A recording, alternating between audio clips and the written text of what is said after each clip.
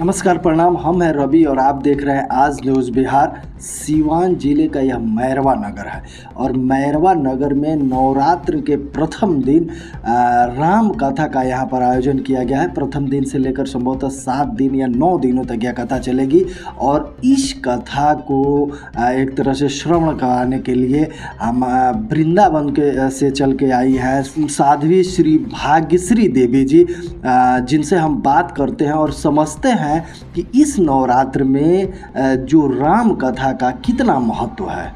ये हमारे हिंदू संस्कृति में, सनातन धर्म में कहते हैं कि 2 बार रात्रि आती है।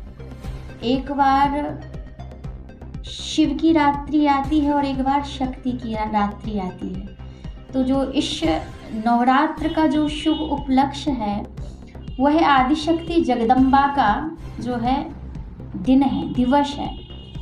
और आदिशक्ति जगदम्बा के बिना शिव शव के समान है और शिव के बिना जगदम्बा भी, आदिशक्ति भी अधूरी है, एक दूसरे के पूरक हैं। तो ये है शक्ति की रात्रि और शिव महारात्रि जिसे कहते हैं, शिवरात्रि जिसे कहते हैं, तो वो है शिव की रात्रि। तो जब शिव और शक्ति का मिलन होता है तो उसे कहते हैं महाशिवरात्रि और ये है शक्ति की रात्रि। तो इस शक्ति की रात्रि में श्री राम कथा का जो है इतना बड़ा महत्व होता है कि जिसका अपन कोई वर्णन भी नहीं कर सकते। कहते हैं शिवरात्रि वह शक्ति की विशेष रात्रि होती है और इन दिनों जो भी माता दुर्गा की शरण में आता है उस भक्त की कभी भी दुर्गति नहीं होती।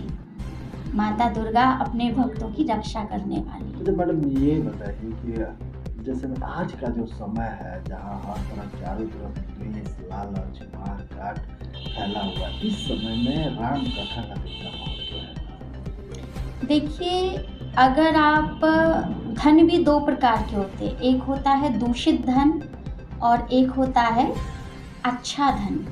तो दूषित धन देखिए, सोना 2 प्रकार का होता है, पैसा भी 2 प्रकार का होता है, अर्थ भी 2 प्रकार का होता है और सोना भी 2 प्रकार का होता है।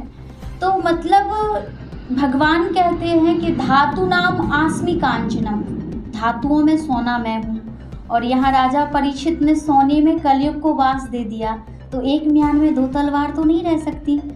तो कहने का अभिप्राय है, शास्त्रों में वर्णन आता है कि अधर्म से कमाए हुए धन में कलयुग निवास करता है और धर्म के कमाए हुए धन में भगवान निवास करते हैं। और जब आप अधर्म से किसी धन को प्राप्त करोगे तो अधर्म से जागृत की हुई संपत्ति हमेशा जो है अनर्थ की आंधी लेके आती है।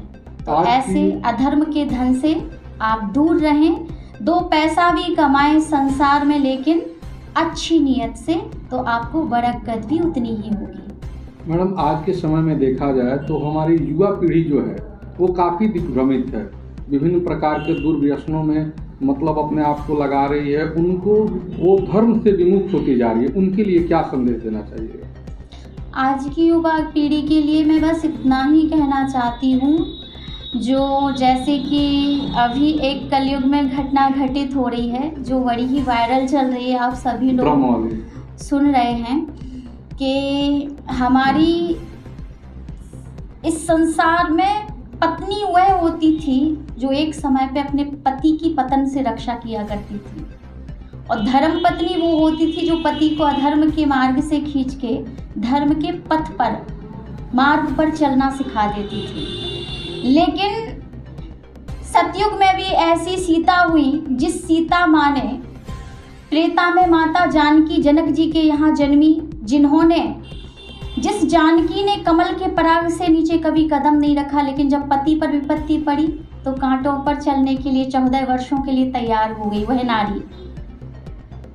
और देखा जाए तो इसी कलयुग की एक ऐसी स्त्री हुई माता जिसने स्वयं यमराज तक जाकर, यमलोक तक जाकर सत्यवती अपने पति सत्यवान के प्राण वापस लेकर आई।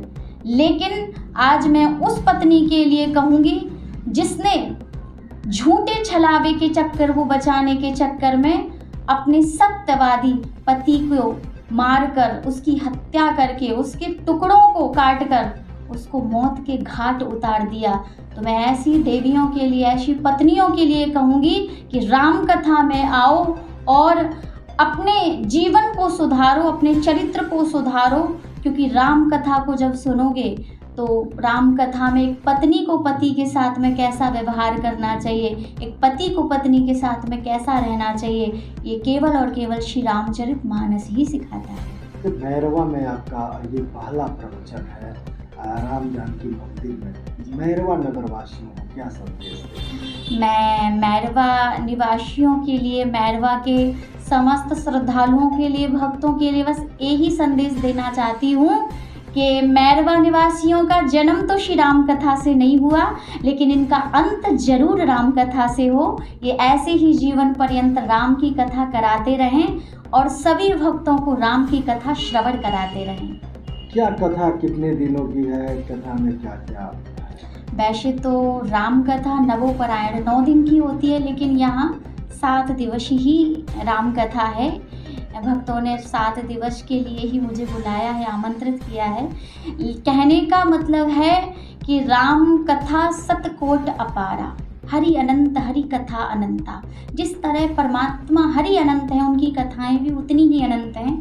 उनकी कथाओं का कोई आज तक वर्णन नहीं कर पाया है।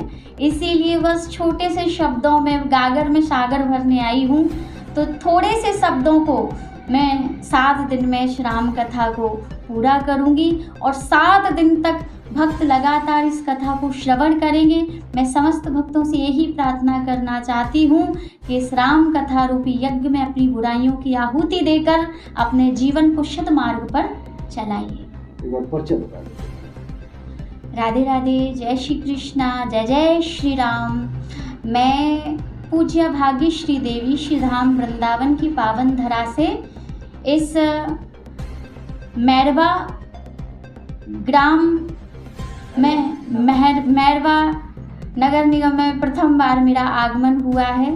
तो आप सभी भक्तों के लिए बस यही कामना करती हूँ कि आप 7 दिन तक भगवान की कथा से जुड़ें, राम जी से जुड़ें, श्री राम कथा का दिव्य और भव्य आनंद प्राप्त करें, अपने जीवन को सुधारें, अपने जीवन को सद्मार्ग पर चलाएं। जय जय श्री राम।